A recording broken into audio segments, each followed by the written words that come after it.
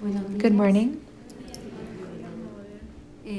I wanted to give you a little reminder of what we explained yesterday, now that we're here in the place. As you saw, they are fixing the direct chapel of the miracle, although all of this is the church of the miracle, which makes me very happy because it means that many people are coming to see this miracle if they're repairing it. The greatness of this miracle is that it reminds us of the same fact that our Lord did to protect his people in parting the waters of the Red Sea to the right and to the left so that his people could pass through on dry ground. It's the same thing that happened here. Here there was a very strong flood of the river that cut through the city of Avignon.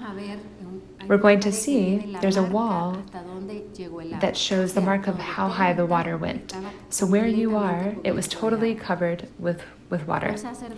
The priests, the gray penitents, their fear was that the water was going to take the Blessed Sacrament away because it was always exposed. So one of them came in a little boat, rowing, to enter into the church. You couldn't come walking because you would have drowned.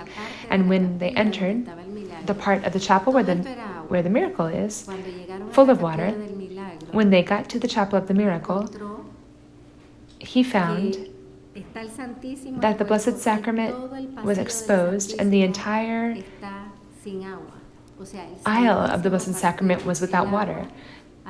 That is, that the Blessed Sacrament parted the waters to the right and to the left, leaving that whole space dry. So the priest got down from the boat and walking, picked up the Blessed Sacrament. That is, it was a miracle that reminds us of the miracle that happened to the Israelites in Holy Land. I wanted to say 2 points to you before we begin Holy Mass. When we got to Lourdes, the first group, the grotto was flooded because the river had flooded. And logically, that flooded water is full of, it carries mud with it, the dirt of the mountains that's deposited in the river. And so we all started to pray, and the water began to recede and to go down and to go down. And today, the first Mass outside of Lourdes, we're going to have it in a place of a Eucharistic miracle where the water wanted to drown the Eucharist. In Lourdes, the water wanted to drown our Mother, and also all of the pilgrims and servants to block the work of Our Lady. Here, the water wanted to drown the Eucharist. In both moments, I don't think it's just coincidence that it's happened in the same pilgrimage. It's like the Lord letting us know that there are many floods that threaten humanity, that threaten souls in these times. But what are always the great pillars of our faith? The Eucharist and Our Lady. I think that is the most profound meditation that we can have here. We have lived through 2 great floods that happened, a miracle happened, to say it that way, because one morning everything was flooded, and already by the afternoon everything was open. It's a miracle. And here we visibly see the place of a miracle, where the waters could not take away the Eucharist, nor Our Lady. I think it's a very beautiful meditation that we can have during the Holy Mass. The second is in your book that I wrote with golden letters. It's the first time that we come here and to have Mass here in this place of Eucharistic miracle. The Lord led me to understand that He desired that we would be custodians of everything that has to do with the Eucharist.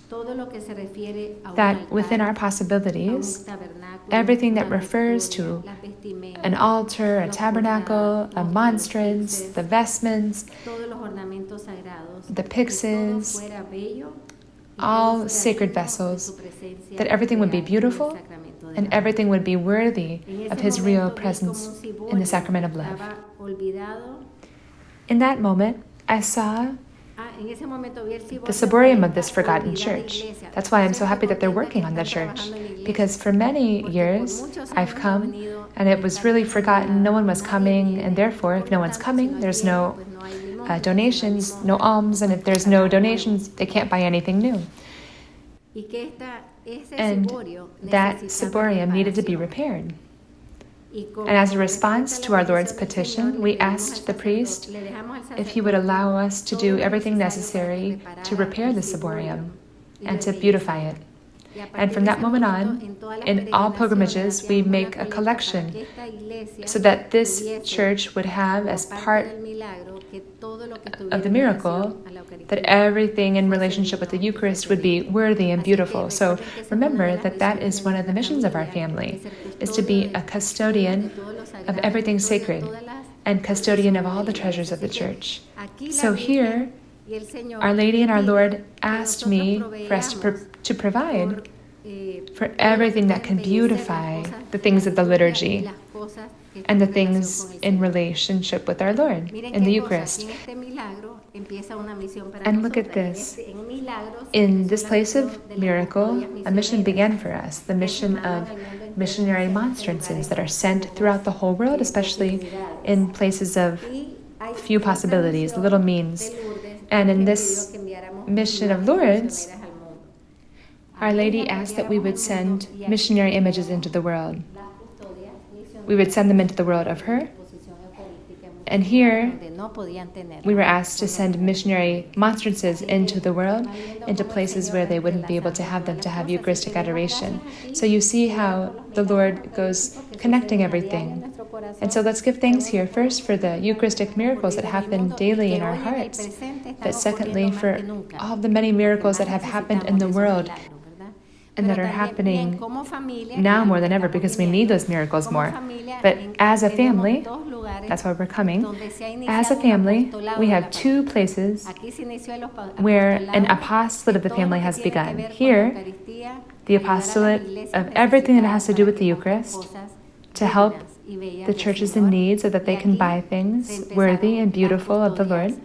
And here, the missionary monstrances began, and that's why Hector had to begin to work very much. And people that go to the cenacle, it's impressive. They come up to us and they say, I want to donate a monstrance for Africa. And so they give to us, and that we are in charge of sending them to the places of greatest need. And here we also have the mission as a family of bringing pilgrim images of Lourdes throughout the world. So let us live this Holy Mass with a profound devotion and love for the Eucharist, because that miracle of parting the water was a visible miracle. It was a physical miracle. But how many waters and floods have to be parted in our own hearts? So let us ask it of the Lord. May the Lord bless you.